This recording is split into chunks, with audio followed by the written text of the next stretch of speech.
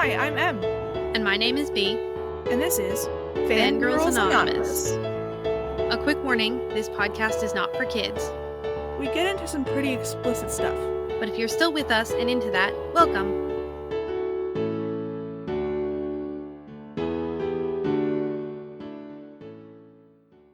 Hello, hello, hello! Hello, Em. How are you today?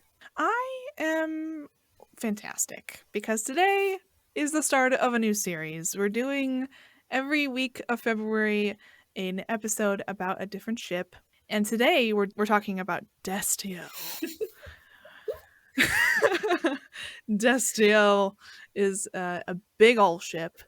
Most people know about it, even if they aren't in fandom, which is fun. Mm-hmm. And we also have a very cool person with us today. Welcome to the show, Ismene, or Ismene. You got it. You can get there. There we go. Hello. So happy to be here. Mm-hmm. Thank you for being with us. Who are you? I am, I'm an actor and a singer, and I have been in fandom for a very long time. And I've been a fan of Supernatural for about 8 years.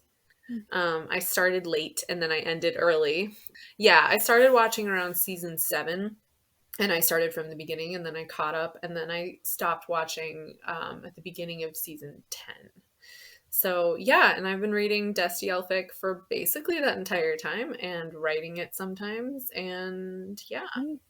That is awesome. Here we are. Were you in fandom before you got into Supernatural? So I wrote fan fiction when I was a very young person, like before AO3 existed. So wow. There is fic of mine for like Lord of the Rings fandom on like websites that I'm not even sure exist anymore. Destiel and Supernatural was like what got me back into writing in my 20s. So yeah, I wrote some really terrible Hobbit fanfic when I was a small child. Everybody has to start somewhere. I mean, you know, but like, yeah, I got back into like, I've always read fan fiction. I've always read it like my whole life. And since I found it when I was like 12. So it's usually like I'll watch a movie or I'll watch a TV show and something in my brain will go, someone is writing fan fiction for this. And then I will find it. In 2009, I watched the Star Trek that was released in 2009, and I was watching it and I was like, oh, okay, like Kirk and McCoy are married, so someone is writing fanfic. And I went and found it, and like that became sort of like I started reading fic a lot more and new fic, and yeah, and so now I'm in like I've written in like 10 fandoms I think, and I've read fanfic from even more. So yeah. Wow, you're a prolific writer. Well, yeah, I mean spread over what, like it's a long period of time. We don't have to talk about how long it is, but like I've been like writing fan fiction semi-regularly for like 8 years. So good, that's awesome. You know a lot about Supernatural. Yes, unfortunately. Yes. I do. Welcome to the club. The fandom that giveth and then taketh away. Yeah. So yeah, I know a lot about Supernatural. Yeah. So basically, yeah. How many fics have you written within the Supernatural community? Oh gosh, I don't even. Probably like somewhere between 5 and 10 or 15. Okay, that's a lot. Yeah, I guess. I've written so many more in Mandalorian now that I'm just like, nah, it's nothing. But yeah, Supernatural I've written 14. I'm looking at it right now. Yeah, 14 fics. One of which is a work in progress that I am never going to finish, and I feel kind of bad about it. Well, it's always there, so maybe you will. Yeah, you know, it's always maybe when there. I'm 70, I'll just sit back down and finish it. People have waited longer. This is true. The ship name for Dean and Castiel is Destiel, and that's a portmanteau of their names. And Castiel is also called Cass. Just as a little side note, that's his nickname. You'll most likely just see Destiel. It's kind of one of those names that came up during the time when names were always portmanteaued. There weren't a lot of slashes happening unless the name like didn't easily lend itself to being portmanteaued. And the fandom was discriminating enough to realize that. Voltron, yes. Cough. Oh, Christ. Nowadays you get things like Ineffable Husbands, so you get like a different name as a name for the ship and not their actual names, especially because Crowley and Aziraphale do not portmanteau. So that's their name. That's the name of the ship and why it is called Destiel. The show, it's called Supernatural, and it's like a monster hunting soap opera. Take a soap opera and then give it a little bit more pizzazz, a little bit more money for visuals, but basically take the same storylines and add some religiosity in there. That's what this show is, I think. What do you guys think? I mean, I think it's much more indicative of TV shows that were happening a lot at that time on what was then the WB and was now the CW. And it actually was kind of a really big deal because it was the first TV show they did that centered around people who were not teenagers. At the beginning of the show, Dean is 26 and Sam is 22. And so, I mean, the first 3 seasons almost are much more Monster of the Week. And so it was much more of like an X-Files type show of like, you know, but a CW version. Yeah, but a CW version with young people and it's sexy and blah blah blah. And then and the first season's pretty scary. Yeah, and there are like really scary parts. Yeah. And then the rest of the show is not. Well, some part like I mean, almost at all. Yeah. But and then, you know, and then with the 4th season and the Apocalypse arc, it changed and Castiel into and then we got Cass, which is, you know, after that the only reason to watch the show, for being honest. But yeah, so but yeah, I think it sort of turned into a soap opera a lot of the time, but you know, it did. It's not nearly a soap opera in the first 5 seasons, but there is that whole, you know, the last 10 their mother was burned alive and then Sam's girlfriend was burned alive, and like that's pretty intense. So I mean, yeah, got some soap opera elements. You know, I also feel that it may be worth pointing out that whether the writing was bad or good, it was at least consistent with itself more so through the first 5 seasons. So like after that it was a little bit, you know, toss it in the air and we'll see what sticks. Right. But yeah, totally. Yes. At least the first 5, it felt like it was supposed to go together. From what I have seen of the rest of it, I cannot honestly say that there were times that I thought it was the same show. So yeah, totally. There's one episode in season 7 that just cracks me up whenever I think about it, and it's the episode where they get pushed into a different universe, and in that universe Supernatural is a TV show and they have to pretend to be the brothers. It is one of the funniest pieces of TV that you can actually watch, in my opinion. Especially when you've put all of this time and effort into watching the earlier seasons. It's like a meta narrative of knowing how ridiculous it is. It's so good. So it's actually in season 6, just to be clear. Oh, is it? Yeah, The French Mistake. Oh no, I'm sorry. I thought it was 7. French Mistake is one of my favorite episodes of all time. And yeah, I think the reason why I thought it was 7 was because there's a character in there that says, we all have almost 7 seasons of this show. Yeah. I don't know where we're going to go after this. You know, I think that's why I thought of it that way. Oh my God. It's so... There's just so much information with this show. It's 15 seasons long. Yeah, and it's so fucking meta. I mean, it's so meta all the time. You know, like... Yeah, I mean, there's a whole... Yeah. There's a whole ideology, or like there's a whole concept called being cryptid because of this show. Right. You know, which is meta in itself. Yeah, we've defined Kripkeed a lot in this podcast. That's awesome. But B, what is it again? It is a phenomenon in which fandom people project in their fic or just through fan theory what is going to happen, and then the creator makes it happen after that. It is the opposite of being Jossed. Ugh, Joss. Joss friggin' weird. Well, and it's funny too because like I think when I think of that, and I've heard Kripkeed before, but like when I think of that, I think of Hannibal. Because Hannibal to me is, the first TV show where the fans were like, hey, those 2 people are in love with each other. And the powers that be were like, yeah, okay. And changed the course of the television show to match the performances that the actors were giving, right? That, as someone who's a Supernatural fan, that is such a wild concept to me. Like, they were just like, oh yeah, no, that's, yeah. I mean, like, it's a really screwed up relationship because they're both serial killers, but like, yeah, they can totally. Wait, Will becomes a serial killer? Spoiler alert. Sorry about it. Yeah. No, I've never seen it before. Yeah, I mean, and I probably am not going to. He probably wouldn't be so in love with Hannibal if he wasn't a little bit, working that way himself. But it's fascinating, But they literally, like, the fans were like, "Hey, these two characters are in love," and the actors were like, "Yeah, no, for sure," and the showrunners were like, "Okay, all right, we can go with that." Like, what? I feel like we're kind of jumping the gun a little bit here, but they kind of did that at the end of Supernatural. Yeah, but it took a little 10 years. Seasons. This is literally like the first season of Hannibal happened, and then people were like, "This is our feedback," and they were like, "Oh, okay." Like, Hannibal's only 3 seasons long. They did that shit. Oh, really? Yeah. Why do I feel like it was like way longer? It is really a very disturbing TV show, but I highly recommend it. Anyway, sorry, totally off topic, but yeah. So basically, the show is about Sam and Dean, who are monster hunter brothers, and they go around the United States killing monsters, helping people, that kind of thing. And then in season 4, they meet Castiel, who is an angel of the Lord. And there's also a lot of other characters that are really cool, but eventually all of them just die. Spoiler alert again. They're just not, yeah. I feel like the writers of Supernatural definitely like put a lot of effort into creating characters, but they didn't know where to put them afterward. Well, and you gotta, they've got to give Sam and Dean a reason to have emotions somehow, and they can only do that by killing off characters. So perfect description. It's fine. I'm fine.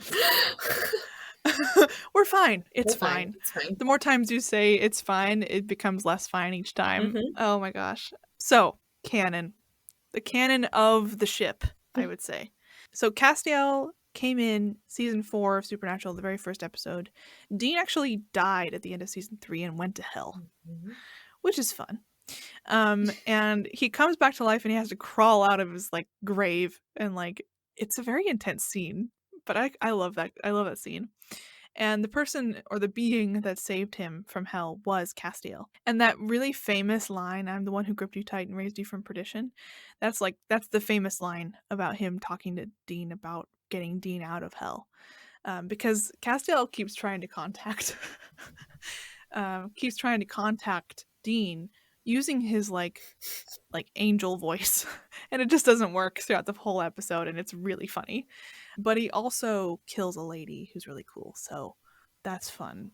But you still have to like Castiel? I don't know, it's weird. I will say that a lot of really cool fleshed out ladies die all the time in the show, and it's for seemingly no reason, and it really sucks. It's to give the Winchester brothers man pain. That's true, but it's almost it's almost always really cool, established, older really women. Sucks. Yeah, no, it's like, and they're famous for it. I mean, like, it's so bad that they are famous for it. Yeah, the show itself is famous for killing older ladies, middle-aged ladies. Which, confession time. Yeah. The reason that I stopped watching it at all was the episode in which, if you did a count on the women that had been introduced into the show, oh no, there were almost none living. And it was an episode in which, for very slim reasons, a villain character went through and killed all of the living women that were obvious, and then went back to like a season 1 character specifically to kill her, so there were no women. Oh, Sarah. Yeah. Yeah, I mean, and also I stopped watching the show because I heard that they killed off Charlie, and I was like, I'm out. I can't do this anymore. Yeah.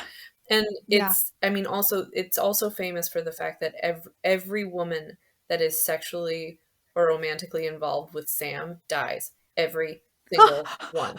Until Eileen, I think, is the one that he ends up with, who is like a faceless woman at the end of the... Anyway, sorry, continue. We can just no, we're not talking about Sam right now. That's crazy. It is insane. Like, and so there's a joke that's like, whatever you do not fuck Sam Winchester. Whatever you do, you will end up dead. And you will absolutely end up dead. I swear that's the reason why people ship him with Gabriel. Oh, dude. People ship him with all Like, kinds not of the whole people. reason, but they totally ship him with I Gabriel. mean, At least there a are no while ago. women. How are you supposed to ship any of these people with Exactly. women? Like, Jesus. Oy vey. Oy vey. Indeed. So season 4 happens. Dean and Cass meet. At first it's not really a meet cute. Like, they meet in hell. But like, you know, they kind of get to know each other season 4, and then for the next 12 seasons they go through some crazy bullshit. And I just have a little list here of weird things that I found online, which I think are fun. So a lot of stuff happens, including, but definitely not limited to, Dean being the first person to call Castiel Cass, ostensibly giving the angel his nickname. Dean and Cass pose as FBI detectives when researching for a case, and it's really funny. Cass dies, in quotation marks, a number of times for Dean specifically. Dean makes Castiel a mixtape as a gift, and it's titled Top 13 Led Zeppelin Tracks. I love that so much. Dean and Cass pose as Texas Rangers, and Dean makes Cass wear a very similar cowboy hat to his. And they acquire a son, and his name is Jack. All of those things are batshit bananas. I'd also like to point out a couple things. So the first time that Dean and Cass meet in the actual physical world that's not hell, Dean stabs Cass in the chest. I know, it's so good. It's a great gift. Yeah, with like a demon knife. And then the other thing is that the other really big thing that comes up all the time in fic is the part in, oh god, I don't even know. It's the Naomi season 8, 7, where Castiel is basically reprogrammed by another angel named Naomi to kill Dean. And when he actually tries to kill Dean in real life, like, she just basically makes him kill like fake copies of Dean in heaven over and over and over and over and over again. And like thousands of times, right? Thousands of times. And every time he hesitates, they like wipe his brain clean, wipe his whole existence clean, and make him try again. Oh my god, this is so romantic. When he's trying to kill Dean in real life, Dean is on his knees and Cass is holding a knife over him, and Dean very famously says, "I need you." And in the script, it was supposed to be, "I love you. You're my family." No! Yeah. Why did they change it? Because we can't have nice things. So anyway, I just, those are like, apparently that's a really big thing in this ship, is the whole like, you're right. why couldn't Cass kill Dean when it's really Dean? What was it? Anyway, that's so that's a big one. That is some fan fiction bullshit right there. Yeah. Like, that is a fic I have read multiple times in many different fandoms and many different pairings. If you had given me just the synopsis of like, and he gets wiped and is told to kill this X person, I'm like, so it's a Winter Soldier AU. Yeah. It literally there is actually a fic. I didn't God. put it in the list, but there's a set of 2 fics that's Destiel versus Stucky, where they end up like living next door to each other and like get really competitive over Christmas decorations. It's adorable. I need to read that fic right now. Okay, I'll put it in my little 17-year-old heart would have loved reading that fic. It's adorable. Oh my god. I'm sorry. Continue. It sounds like fluff between 2 of the least fluffiest couples within their own canons. That is so funny. Yeah. Well, and the best part is that like Dean and I think it's Dean and Steve are the ones who are going way overboard with this. And Cass is just like, Jesus Christ. You know, like it's a whole, it's really lovely. That makes me so happy. I know. Because that is exactly who should be going overboard. Right. It's either Dean and Bucky or Dean and Steve. I can't remember. But yeah. That is so in character. Yeah. I'm sorry for whoever's listening. This is going to be a lot of me quoting, but I think it's important because we want to give you, the audience, a lot of context because it's really weird. So November 5th, 2020 will go down in fandom history as one of the craziest fandom days of all time. Yeah. And I'm going to read a shorter quote here from shippingfandom.com in their Destiel article, and it is succinct. I couldn't make it succincter if I had tried, so I'm just going to quote it here. On November 5th, 2020, during season 15, the episode Despair aired, which confirmed that Castiel was in love with Dean. The result was an explosion in the fan base, as well as massive reactions from former fans and those who were aware of the pairing from pop culture osmosis. Destiel ended up trending #1 on Twitter, beating out the previous #1 spot, which were waiting results of the 2020 USA presidential election. There were also rumors that President of Russia, Putin, was stepping down at the time, and the two trends ended up converging and causing them to trend together. Many ended up finding out about the rumor through Destiel memes. Destiel self trended on Tumblr from that Thursday night till Sunday morning, even above its parent tag Supernatural. This resulted in several memes about both political events, including jokes about Putin stepping down over Destiel being canon, and Destiel being the reason Biden ended up winning the election. I was that person who found out through a meme that there was a rumor that Putin was stepping down. So did I, 100%. Yeah, no, I would never have heard about that otherwise. Yeah. It is so funny to me. I think I'm also just going to say this next quote, which is a Tumblr post by Jamarielle, and I think it is the perfect synopsis of what it was like, personally, being on Tumblr on November 5th. So this is just my perception. It may not be as applicable if you're not a progressive in the USA, but imagine it's the end of 2020. It has been months of fire and plague rioting in the streets on top of years of public embarrassment for your country on a global stage.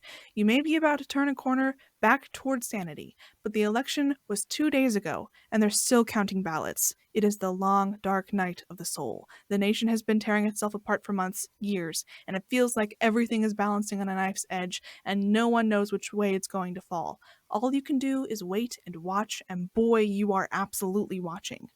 Now imagine that in the middle of that, suddenly the only thing anybody is talking about is how your fictional angel said I love you to his hunter on a 15-year-old network TV show. It's everywhere. It's trending on Twitter, internationally, over the election. It's like you were waiting to watch a slow-motion train crash and instead you got T-boned by the party bus. 2 days later, the side you hoped would win that political race wins. You probably learn about it from a Destiel meme. A rumor starts circulating that the ruler of Russia is stepping down and somehow gets caught up in the Destiel whirlwind. Everything even remotely newsworthy is getting wrapped up in Destiel memes. Everything is Destiel, everywhere, forever. Or at least for the next couple of weeks. It was a ridiculous time. I'm glad to have lived through it, and I hope I never see anything like it ever again. So that's that. And I think that that is a wonderful synopsis of what happened and how it felt like to be on Tumblr, because Ismene, you were on Tumblr when it happened. I was on Tumblr when it happened. B, what happened with you again? So, I am not on Tumblr very often. So what happened is I was on a different social media site and I saw a meme about the Destiel memes about the politics and went, wait, what? And then proceeded to track down what they were talking about. So I ended up at the tail end, 4 levels removed, and still got dragged in. Oh my god. I wonder how many people had your experience. Because Ismene and I were like center of what happened. I was on Tumblr that whole day, and I just kept feeling like every time I got logged on, I was just like, this is getting crazier and crazier and crazier and crazier. Right.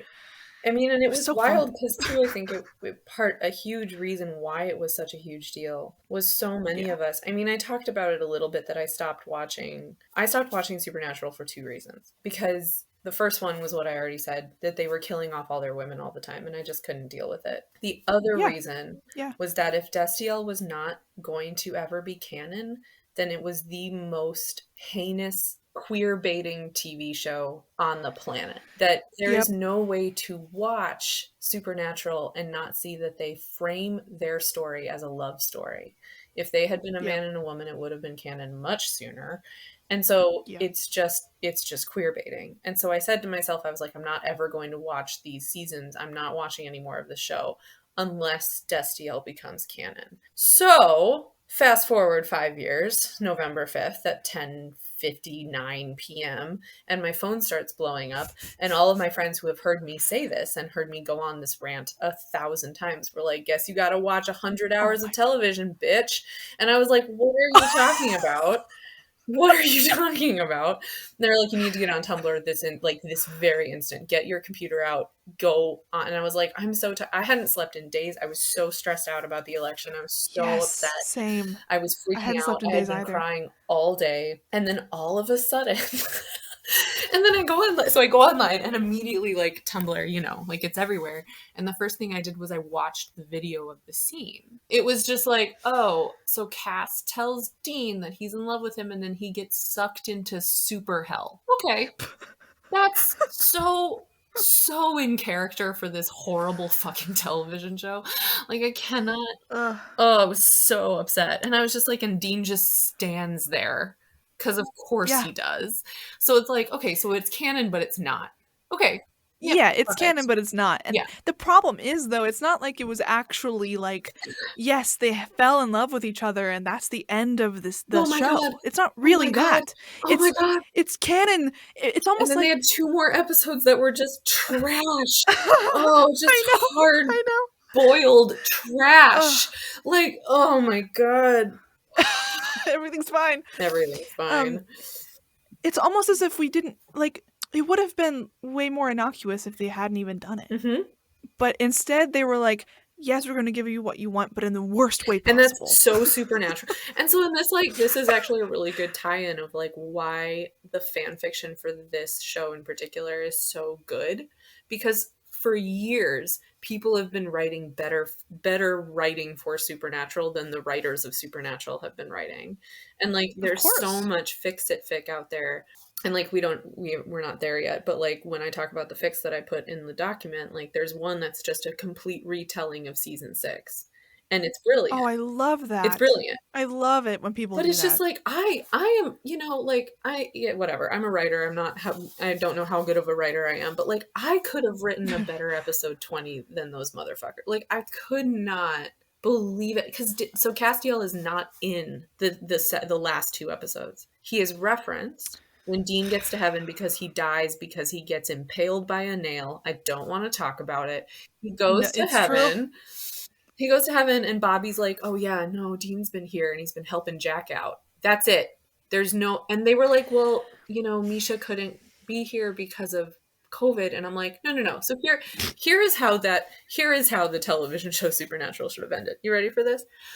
Yes. Dean is sitting on Bobby's porch and he's just drinking a beer sitting on the porch. And you're looking over the back of him and someone's hand comes down on his shoulder and you hear Misha Collins say, hello, Dean, end of show. Like, thank you. That would have been so much better. Like, I'm literally gonna cry. Come on now, guys. He doesn't have to be here. He records 2 words. The end. Use someone else's hand. We'll know it's not his hand, but I don't give a shit. Like, if we see the quintessential trench coat, like, sleeve, then we're good. Right. We don't need it. Yep. And I'm gonna put out there that it doesn't even need to be his hand. Really easy apologist sort of solution is that he was wearing a human meat suit anyway, so now this is his official real angel shape, so of course it's not his hand. See, I didn't even think of that. It could have been anyone playing. Oh my god, y'all. Like, there's so many ways they could have ended that show that wasn't like. I remember reading a theory that the only way to make this worse is if you have Cass come back. This was before Dean died in the finale. You have Cass come back and he had to use a woman's body to come back. And I remember thinking, that is worse. Thank God they didn't do that. That is actually worse. They would have too. I don't know why they didn't. They would have if they had thought of it. I'm sure they did. We can just fix it and then it doesn't have to be gay. Meanwhile, I promise for now and forevermore, I will always think that that's the ending of the show. You're welcome. It would have been a beautiful and thank you for sharing that with our audience, because that's I hope that everybody thinks that if they really like Supernatural or whatever, I hope that's what people headcanon. It would have been so perfect. But it's just, again, but this is the thing about being a fan of Supernatural for any amount of time Yeah. is that it's just constantly letting you down.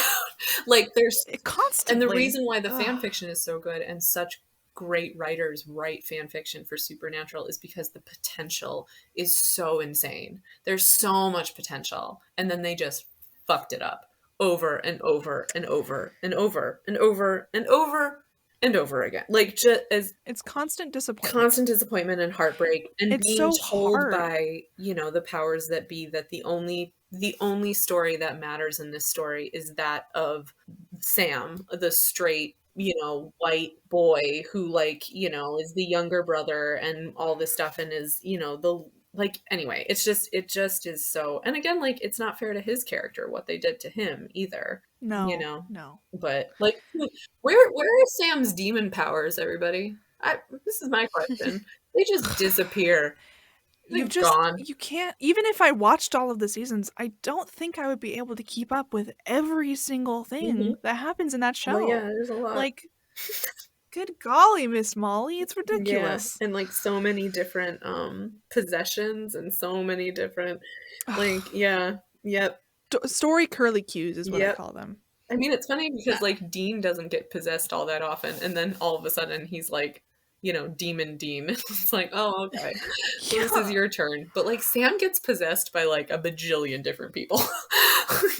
I know. I love how at the beginning they tried to make that not a thing, so they didn't have to have them possessed all the time with the tattoos. I love being out in the world and having people like wearing them, wearing those tattoos, and I'm like, hey, you're a Supernatural fan. But like, then they just somehow make that not a thing. Right? How did they even make that not a thing? I don't even remember. I don't know. See, it's hard. I think that the problem is, like I said at the beginning, some of the aforementioned spaghetti that they're throwing at the wall, they literally don't care where the spaghetti came from or if it's from the same pot. They don't care. They just are trying to get something to stick. So, like, my impression after a certain point was that there is no cohesive plot. It's every season there's something going on, and you could technically mix and match a lot of the seasons. Right. It doesn't really matter. Yeah. It actually really reminds me of the show Smallville. Yeah. And I know Dean was actually, Jensen Ackles was actually in Smallville for a season. He's so pretty in that season. Oh my gosh. So pretty. Anyway, he's just so pretty. Did you know that he was supposed to be Star-Lord in Guardians of the Galaxy? No, he was Yes, he not. was, and he was beat out by Chris Pratt. What we now know is to be the horrible Chris Pratt. Yeah. Yeah, he was so likable for like so many years, and then we realized that who he was. And then, you know, he had a son that had a disability, and he was like, cool, I'm gonna just go and become a horrible born-again Christian. Yeah. Oh, anyway, but yeah, we could have had Jensen Ackles. Oh, it would have been so good. Sorry. I can't even imagine him as that character, but like I wish that he had gotten the opportunity to do that. I think he would have been really, really good at that, actually. Anyway, sorry, continue. So we haven't even covered the entire controversy of how Destiel became canon. because I will say that in the article that I found, the shippingfandom.com Destiel article, they say they have a little box that asks if it is canonical, and it has 2 lines, and one of it is semi-canonical, and then the other line it says canon in parentheses Latin American dub. So that was basically, and that was like 4 or 5 days later, and it was like, wait, what? Yeah. And then it was just like my Tumblr blowing up all over again. It blew up again. Yeah, exactly. So not only did it become the worst, like it became canon the worst way possible, but then it became canon in a different country with the line Iyoati, because they have the guy who is overdubbing Dean say Iyoati after Castiel says Te quiero, which means I love you. And oh my god, everybody freaked the fuck out because like apparently in a different country they're canon, but not in the USA. Which again, so fitting.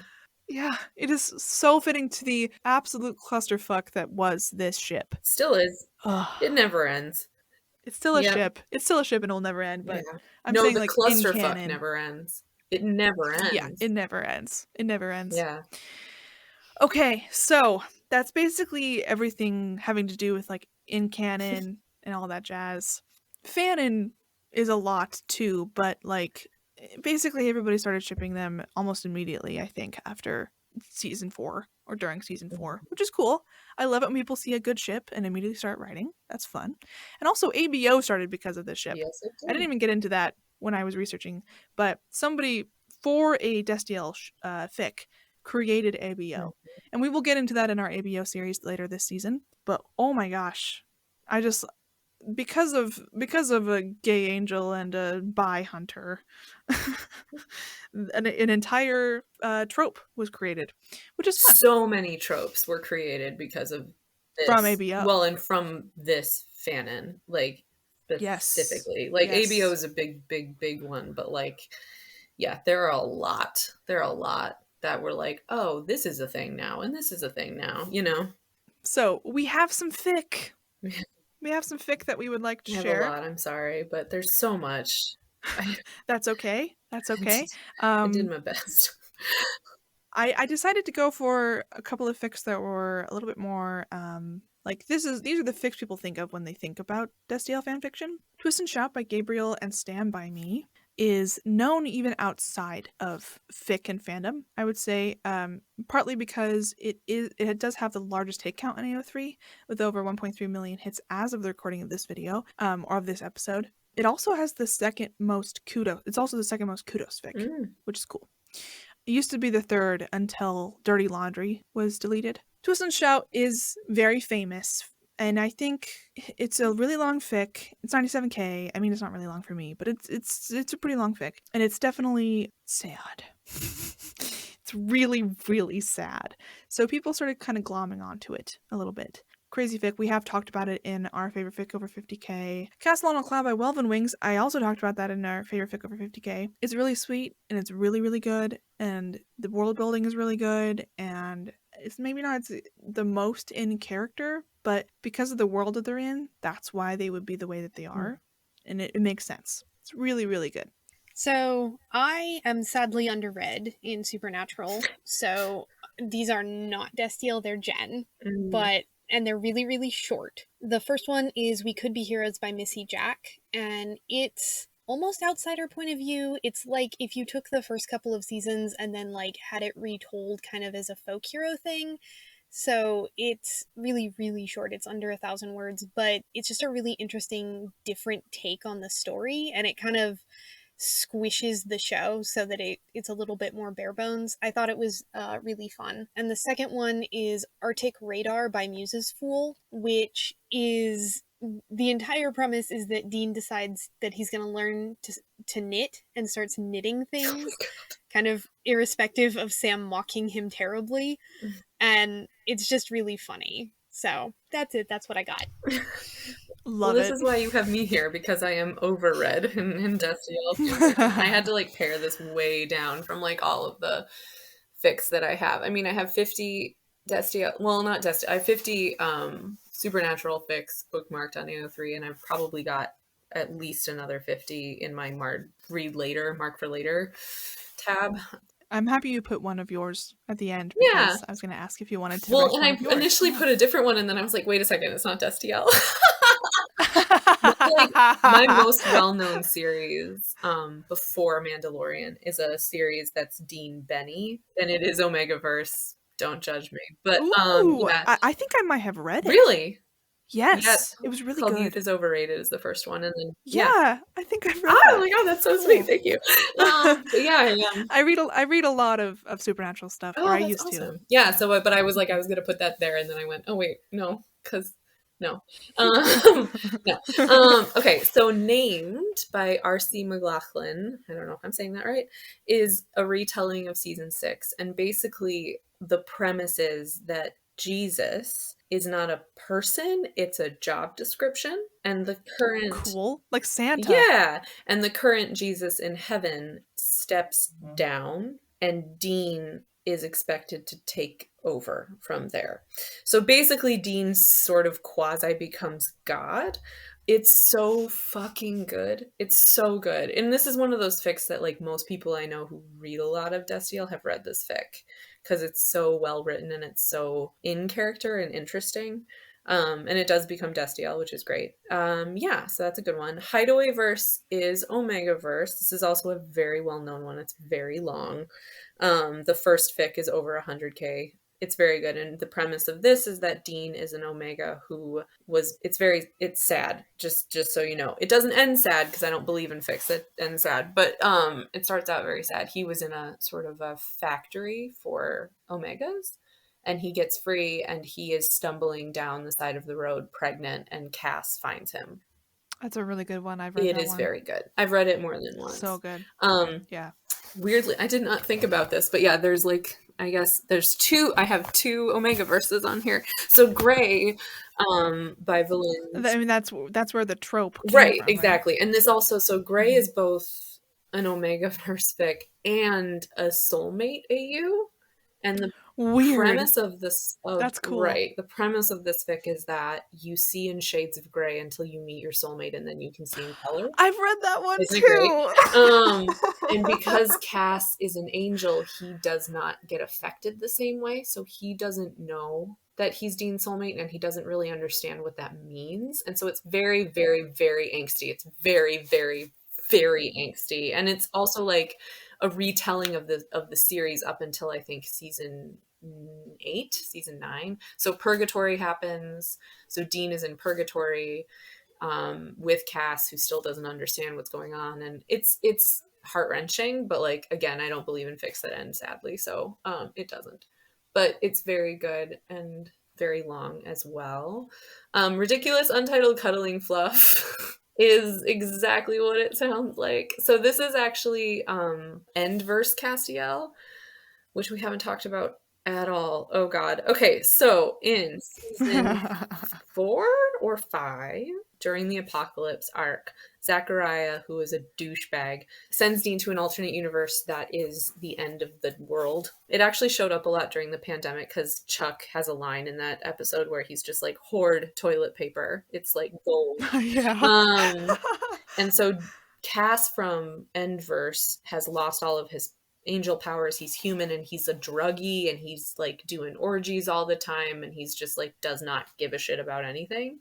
So it's that Castiel with Dean Smith, who is a different alternate universe that Zachariah sends Dean into, where he's basically like working in a law firm or something, and he's very like straight-laced. Yeah. So it's that. So it's like a very straight-laced law firm Dean with a very like hippie drug smoking. Okay, but is he straight? No, and he knows he's not straight, okay, which is lovely. It's a really good place to start. I mean, he's straight in the show because, you know, the show's a piece of shit. But I mean, Dean though? Is bi. Dean Smith, I don't know. They don't really get it. You don't see him hit on anyone in the show, in that episode. That episode, again, is just more of like Zachariah being like, you were meant to be a hunter and you're meant to be this person. So they end up hunting ghosts, even though it's an alternate universe. It's a great episode. Highly recommend. Shut Up, Put Your Money Where Your Mouth is another AU that's also very well known, where Dean and Cass work in the same marketing firm, and they go to Vegas for a conference and get married and then stay married. It's adorable. It's so cute. And the world building is so lovely, and it's so in character, but not because it's not really them. But it's very, very sweet. I've read it probably that's probably the fic I've read the most in my life is Shut Up, Put Your Money Where Your Mouth Is. It's great. Wow. And Kodo Tiff is amazing, and they've written a bunch of other stuff that's also really, really good. But this one in particular is like the fic. And then since we're talking about fic, The Fourth Wall is a series. And it's a series where, because in the show, Chuck is a writer and writes books about Sam and Dean, in the show, there is fan fiction of Sam and Dean and Cass. Yes. It's super meta. So The Fourth Wall, the premise of that series is that Sam finds the fanfic and starts reading it. And so does Dean. And Dean is like, why do they keep pairing me with Cass? And Sam's like, I don't know.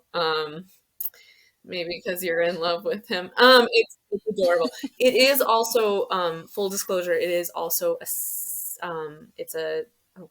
Lucifer Sam fic. So really? Yes. So if that is not your jam, Wow.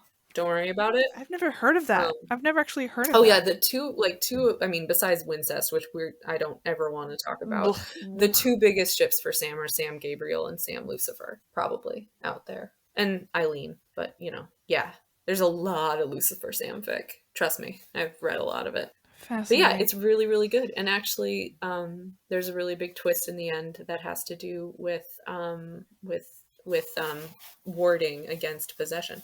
Anyway, it's a great series, and it's really funny, and it's really fun. And yeah, and there's a whole part where like Dean and Cass are gonna have sex for the first time, and Dean like tells Cass like it's not gonna be like in the fan fiction, like that's not possible. We can't actually do half of the things that people write us doing.